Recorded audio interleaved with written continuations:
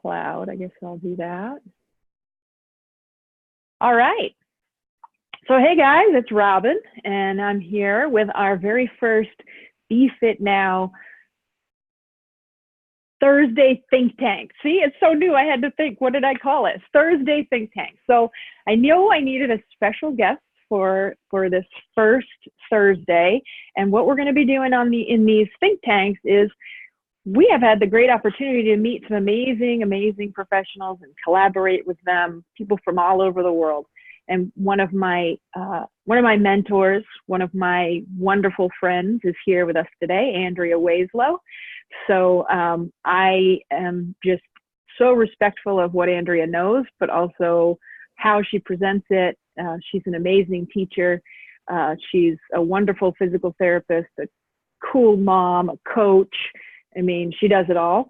And she's also on the faculty at the Gray Institute, which is how we met.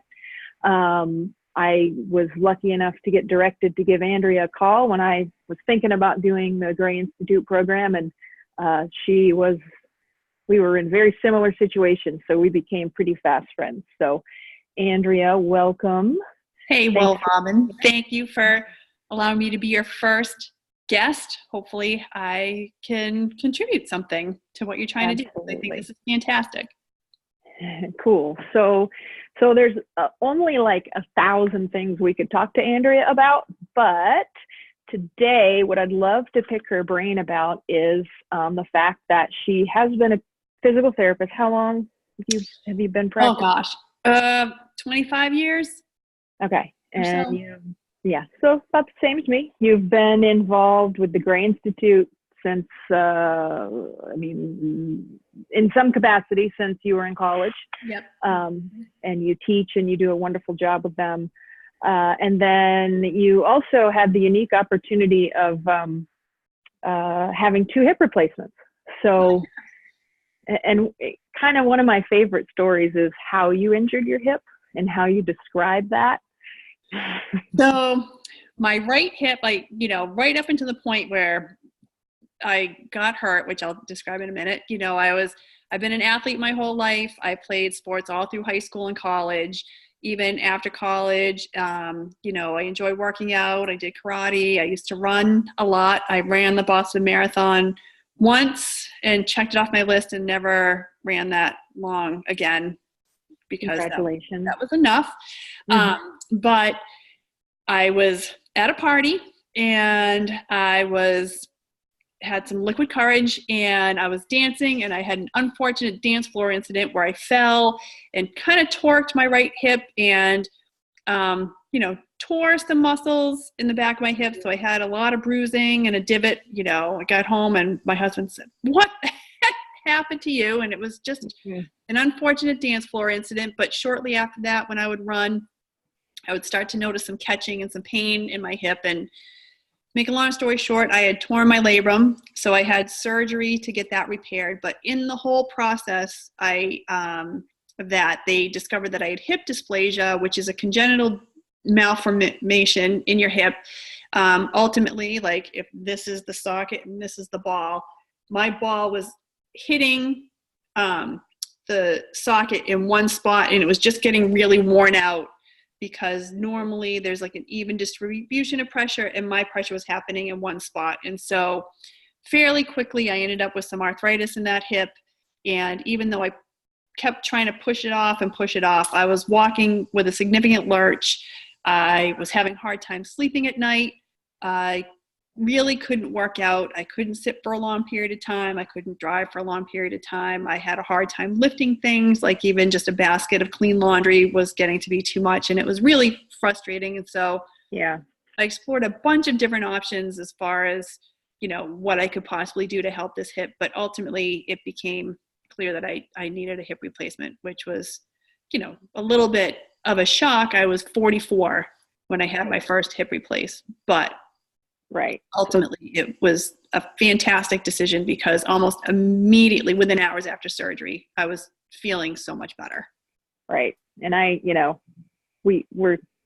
a good friend of mine. And so when you say that you had a lurch, You had a lurch. I was lurching. Yeah. People can recognize me from hundreds of yards away. Just a lot of this going on. Yep, exactly. Hanging out over on one side a lot. So, I mean, I know from, being in this world of physical therapy that happens a lot. So people, it's scary to get a hip replacement. And so you tend to wait until you really, really, really need it.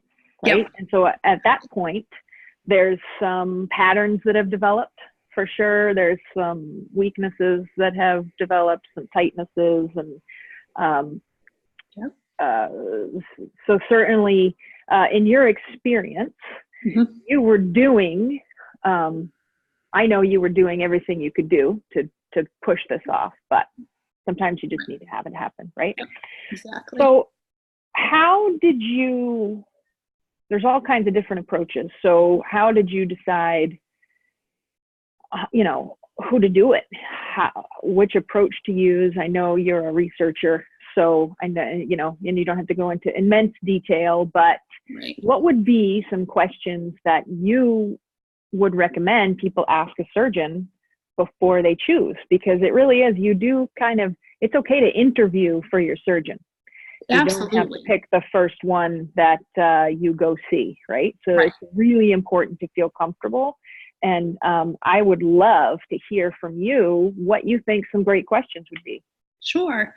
Absolutely. Because, part of my whole apprehension about having my first hip replacement was you hear, like as a physical therapist and,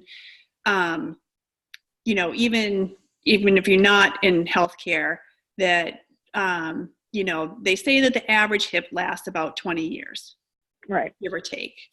And so they encourage people to put it off. But the surgeon that I finally went with, he was great. So that he explained it like this. He said, first of all, 20 years is the average. He said, there's some people who need a hip replacement replaced almost immediately because an infection develops. And so then they have to take the appliance out and,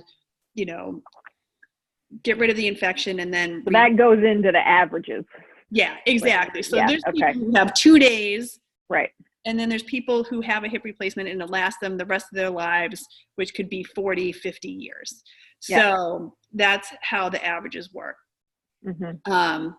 And so, and it might be fair to say that if you're addressing the things that were contributing to some of that breakdown, now you kind of had a specific injury, but a lot of people that are thinking about this or have had this is really more of a gradual arthritic issue over time, right?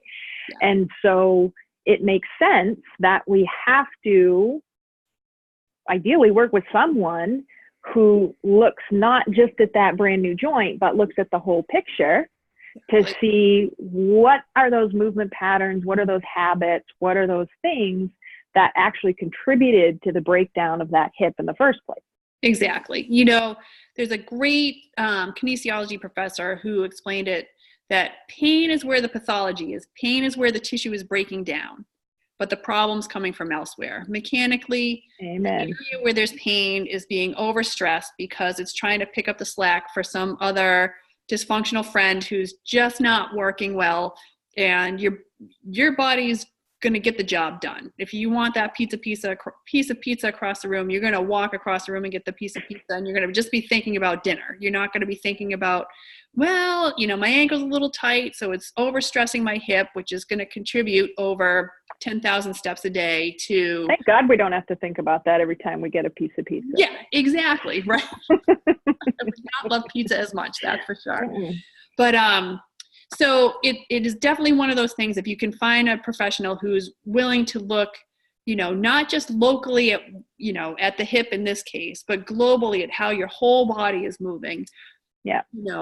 And then a lot of times by the time you're actually seeking out somebody because you do have pain somewhere or there are some arthritic changes, you want somebody who has some significant practice in that, because they need to understand that the way you're moving now may not even be authentic to the way you were moving 6 months ago. And so, with the ultimate goal of getting back to moving optimally, You need somebody who can kind of do that detective work and figure out where the dysfunction's coming from. Absolutely. But to go back to your question, so I think one of the first questions that, I asked was about infection rates in the hospital, because if your new hip, you want this new hip to last forever. So if one of the main risk factors for an early revision of a hip having to do it is because of infection, infection rates in a hospital and infection rates of that particular surgeon, because that information should be knowledge that the surgeons are willing to share. I think that's if they're not, you might want to walk out. Well, honestly, if they're concerned about you asking about infection rates, then that might be a little bit of a red flag. So that I think I can think of a study or an article that came out a year or so ago about the rates of infection in hospitals. So I'll go ahead and link this. I'll link that perfect to this chat. It's not specific to hospitals, but it's pretty surprising, the rate of infection. Yeah, exactly. And so, I made my choice, to go to a particular hospital, the New England Baptist Hospital, because their infection rate was the lowest in the nation. And so clearly they're doing a lot of things right. So that was one factor. Another factor is that there are different approaches to actually putting in the new device in your hip. And that just basically means where the doctor decides to make their incision. It used to be that they used to make an incision in the back, basically, across your butt. And in order no matter what. Yeah. Yep. And so in order to do that, they had to cut through a lot of muscle. And so in addition to your joint having to heal, there was actually trauma to the muscle that needed to heal. Then more recently, probably in the last 10 to 15 years, they've developed something called the anterior approach, where they come in through the front of your hip. The incision kind of is a straight line right up and down in the front of your hip. And what they do is they can move muscles out of the way, but it depends on the surgeon and where you are. What I noticed with people in the area where I treat, men actually did very well recovering from this approach, but there were a lot of women who were having complications, like the hip would come out of joint, or there was a lot of movement within the hip. And so I felt like, at least in the area where I live, that the surgeons hadn't perfected doing the surgery on women, simply because women's bodies are shaped, the bones are shaped differently, angles are different. And so I wasn't comfortable moving forward based on the results that I saw other people having, other women having, and more specifically. And so the doctor that I never would have thought to ask that question. So that's gold. Like, that there is such a difference in the way, and I know you're not saying it, we're not really sure if it's that particular group of surgeons, or if it's the approach, or if it's the woman versus male shape of the pelvis, who knows. But the facts were, when you did your research, the anterior approach for women, it didn't make you feel as comfortable. Yep, exactly. Okay. And it was a little limited sample group. It could be different in other areas, but ultimately the approach I had, it was called a modified posterior approach, where they actually went in through the side, and in doing so, they didn't have to cut through muscle. Right. They were able to really visualize the joint really well. Prior to the surgery that I had, they had already done a computerized model of what the surgery was going to look like, to make sure that the placement was optimal. Cool. Need some water? I mean, if it was later, we could offer you some wine, but it's kind of in the middle of the day. Yeah. Okay. But in that way, it seemed to me like the best combination of being able to visualize the joint for the surgeon, and with the minimal amount of soft tissue disruption required. Cool. So it was that question. Okay. And then finally, I actually felt like I was having a conversation with my surgeon. It wasn't like I was inconveniencing this individual with questions. My surgeon, his name was Dr. Ward. He was very willing to answer every question I had. if anything, he kept the conversation going just to make sure that I felt as informed as I possibly could be. That's a big deal. It is a big deal. Mm-hmm. Yep. Yeah. So yeah, absolutely. So I would love to talk a little bit more. So I'm gonna hopefully try to get you back on the phone or video, maybe for just another 10 or 15 minutes. Yeah, absolutely. Another time this week, so we can finish this up. But because this is awesome, and I want to make sure that we all kind of get as much as we can out of this conversation. And I really, really appreciate you doing this. Oh gosh, so looking forward. I know I have to run right now. Yep. And hopefully we can come back to it. You and I'll figure out when we can do that. Yep. Okay. We'll talk soon. All right. All right. Coming up. Okay. Thank you, Andrea. Sure.